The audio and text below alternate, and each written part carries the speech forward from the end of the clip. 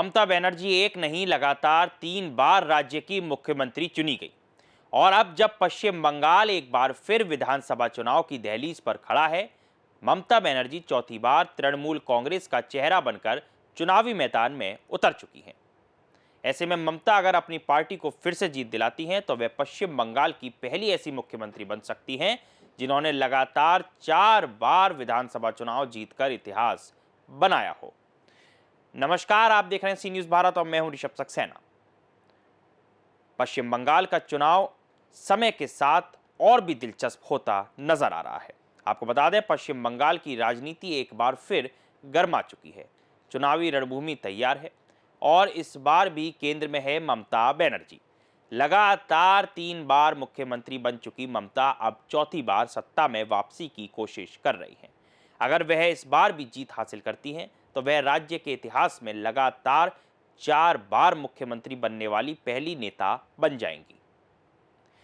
इसी लक्ष्य को ध्यान में रखते हुए तृणमूल कांग्रेस यानी टीएमसी ने अपना चुनावी घोषणा पत्र जारी कर दिया, जिसे ममता बनर्जी की 10 प्रतिज्ञा के रूप में पेश किया गया है।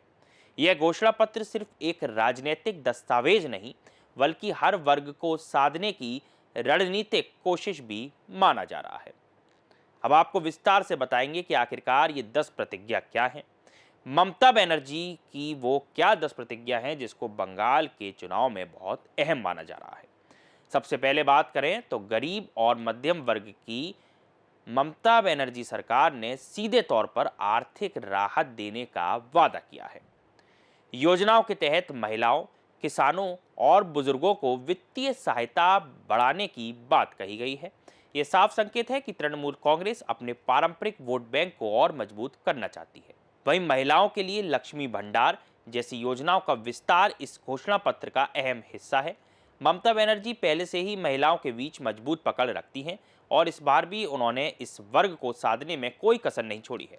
महिलाओं को सीधे आर्थिक मदद देना एक ऐसा कदम है जो चुनाव में निर्णायक साबित हो सकता है। युवाओं को ध्यान में रखते हुए रोजगार के अवसर बढ़ाने का वादा किया गया है। इस 10 प्रतिज्ञा में युवाओं के लिए जो अहम रोजगार से जुड़ी योजनाएं हैं उसमें है कि बेरोजगारी आज सबसे बड़ा अहम मुद्दा है और इसको लेकर विपक्ष लगातार सरकार पर निशाना साधता रहा है पश्चिम बंगाल में। ऐसे में तृणमूल कांग्रेस ने स्किल डेवलपमेंट, स्टार्टअप्स और सरकारी नौकरियों में बढ़ोतरी का भरोसा देकर युवाओं को आकर्षित करने की कोशिश की है। वहीं किसानों के लिए भी कई बड़ी घोषणाएं की गई हैं। फसल बीमा, न्यूनतम समर्थन मूल्य और आर्थिक सहायता को लेकर सरकार ने अपने वादों को दोहराया है। ग्रामीण इलाकों में तृणमूल कांग्रेस की पकड़ पहले से मजबूत रही है और यह घोषणाएं उस पकड़ को और मजबूत करने का प्रयास है। वहीं स्वास्थ्य और शिक्षा के क्षेत्र में भी ममता सरकार ने बड़े वायदे किए हैं। मुफ्त इलाज, नए अस्पतालों का निर्माण और सरकारी स्कूलों की गुणवत्ता सुधारने की बात कही गई है। खासतौर पर ग्रामीण और पिछड़े इलाकों में स्वास्थ्य सेवाओं को बेहतर बनाना इस घोषणा पत्र का अहम हिस्सा है।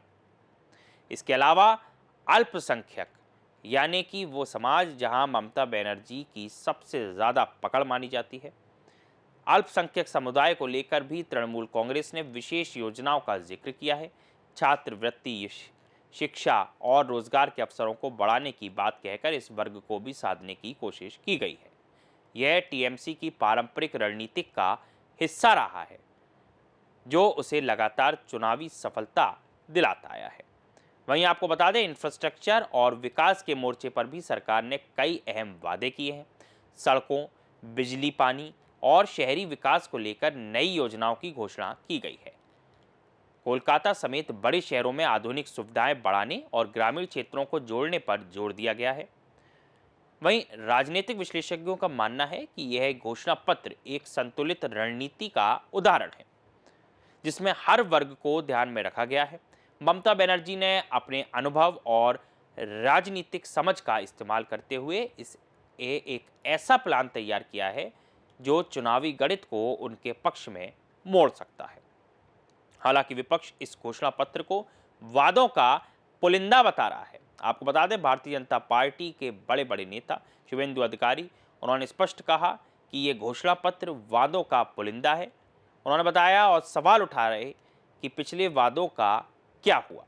यदि ममता बनर्जी इस घोषणा पत्र के माध्यम से ये कहती हैं कि हम स्वास्थ्य की सेवाएं मुफ्त देंगे, तो पिछले इतने सालों में 3 बार के कार्यकाल में ममता बनर्जी ने ऐसी सुविधाएं क्यों मुहैया नहीं कराई। वहीं आपको बता दें, ममता बनर्जी का आत्मविश्वास साफ झलकता है। वह खुद को जनता की नेता के रूप में पेश करती हैं और वह दावा करती हैं कि उनकी सरकार ने जो कहा वह करके दिखाया है और आगे भी करके दिखाएंगे। अब देखना बहुत दिलचस्प होगा कि क्या ममता की 10 प्रतिज्ञा जनता को चौथी बार भी टीएमसी के साथ जोड़ पाती हैं या बदलाव देखने को मिलेगा पश्चिम बंगाल में। लेकिन इतना तय है कि इस बार का चुनाव बेहद रोमांचक और निर्णायक होने वाला है। इस खबर में फिलहाल इतना ही। देश और दुनिया की तमाम खबरों के लिए, पश्चिम बंगाल से जुड़ी तमाम अपडेट्स के लिए आप देखते रहिए सी न्यूज़ भारत।